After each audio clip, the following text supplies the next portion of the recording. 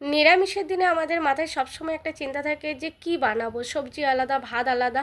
আর আমি জানি তোমরা অনেকেই হয়তো খুব সুন্দরভাবে খাবার বানাতে পারো, বাট আমি যেটা আজকে বানিয়ে দেখলাম যে খাবারটা সত্যি টেস্টিও হয়েছে আর বেশ মুখরোচক হয়েছে। তো তাই তোমাদের সাথে একটু শেয়ার করলাম।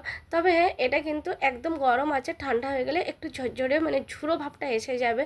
তো খেতেও খুব সুন্দর হয়েছে, যেটা আলাদা করে আর সবজিরও দরকার পড়বে না, আর একসাথেই সবটাই হয়ে যাবে।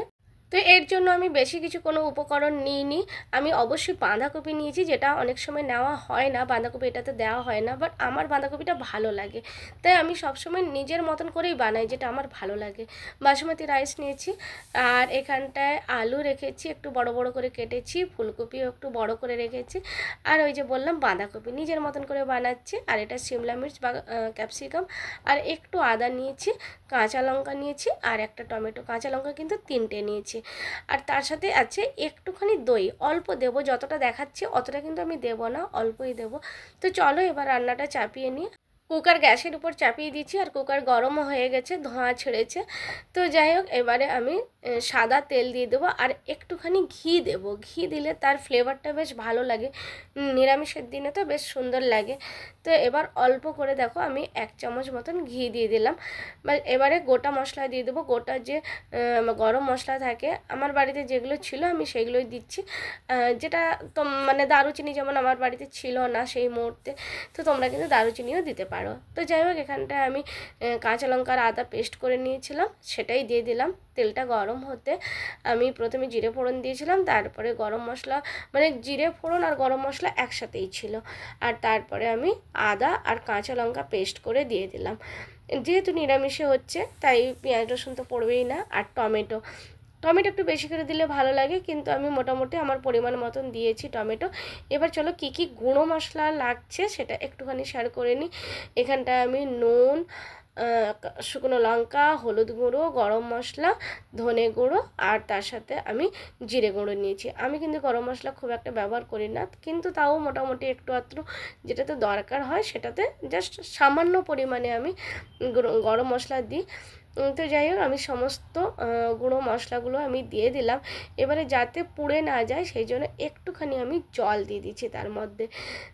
তো তাতে করে মশলাটা কষাও হবে, আর সুন্দরভাবে মানে রান্নাটাও হবে, তেল ছেড়ে যাবে এবারে কষতে কষতে। এই রান্নাটা কিন্তু খেতে খুব সুন্দর হয়, আর খেতে খুব সুন্দর হয়েছেও।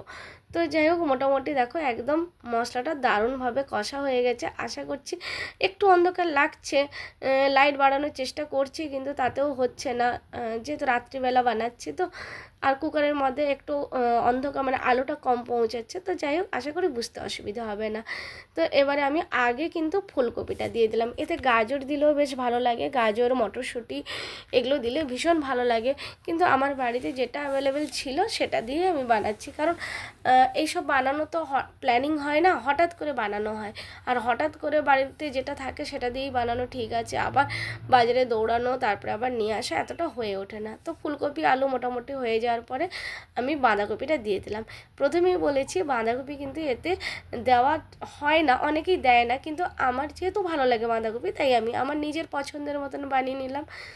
তো ব্যাস, এখানটায় মোটামুটি ক্যাপসিকামও দিয়ে দিয়েছি, কারণ ক্যাপসিকাম একটু পরে দিলে ভালো হয়। তো সেই জন্য আমি পরে দিয়েছি যখন ফুলকপি হয়ে এসেছিলো। তারপরে টক দই ভালো করে ফেটিয়ে রেখেছিলাম এবং টক দইটা আমি দিয়ে দিলাম। দেখলে তো একদম অল্প পরিমাণে দিয়েছি, জাস্ট নামমাত্র দিয়েছি, কারণ যে যা যেমন পছন্দের অনুযায়ী হোক অনেক সময় রান্না করা উচিত, যে যা পছন্দের মতন।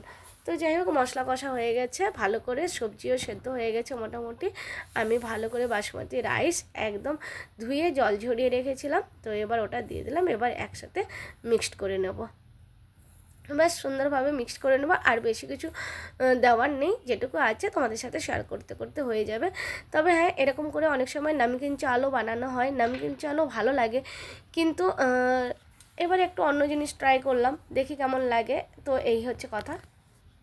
আমি জানি তোমরা কিন্তু আমার থেকে অনেক ভালো পারো, তাও আমি যেভাবে বানালাম তোমাদের সাথে শেয়ার করলাম। একটু লেগে লেগে যাচ্ছে মনে হচ্ছে, তাই আমি ভাবলাম যে একটুখানি জল দিয়ে দেবো, কারণ একদম নিচ থেকে তো পুরো ভালো করে নাড়তে নাড়তে মনে হচ্ছে একটু লেগে যাচ্ছে নিচে, তাই আমি হালকা করে অল্প জল দিয়ে আবার নাড়াচাড়া করে নেব।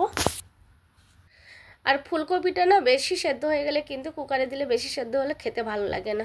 আর বাসমতি রাইসটাও কিন্তু অল্পতেই সেদ্ধ হয়ে যায়, তাই সেদ্ধর পরিমাণটা একটু মাথায় রাখতে হবে। কারণ আমরা যদি নর্মালি সেদ্ধ চালের মতন যদি বেশি সেদ্ধ করে দিই তাহলে বাসমতি রাইসটা পুরো ভেঙে যায়, তখন একদম নরম হয়ে যায়। তো যাই হোক, মোটামুটি পরিমাণ মতন আমি জল দিয়ে দিলাম। এবারে ওপর থেকে দুটো কাঁচা লঙ্কা চিড়ে দিয়ে দেবো। আমি অলরেডি কিন্তু কাঁচা লঙ্কা দিয়েছিলাম, আদা যখন বেটেছিলাম, মাথায় রাখতে হবে। তারপরে আবার দুটো কাঁচা লঙ্কা দিয়ে দিলাম। এবার অল্প করে যদি বিরিয়ানি মশলা থাকে সেটা দিয়ে দিলে বেশ ভালো হয়।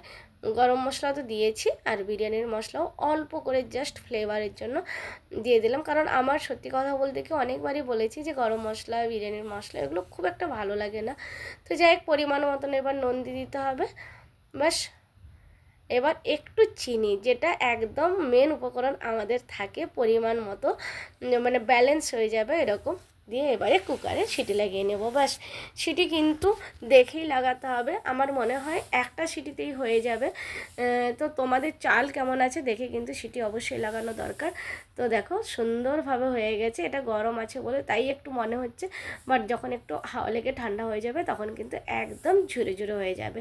তো বন্ধুরা, কেমন লাগলো বলো আমার আজকের এই ব্লগ? যদি ভালো লাগে অবশ্যই লাইক, কমেন্ট, শেয়ার করো।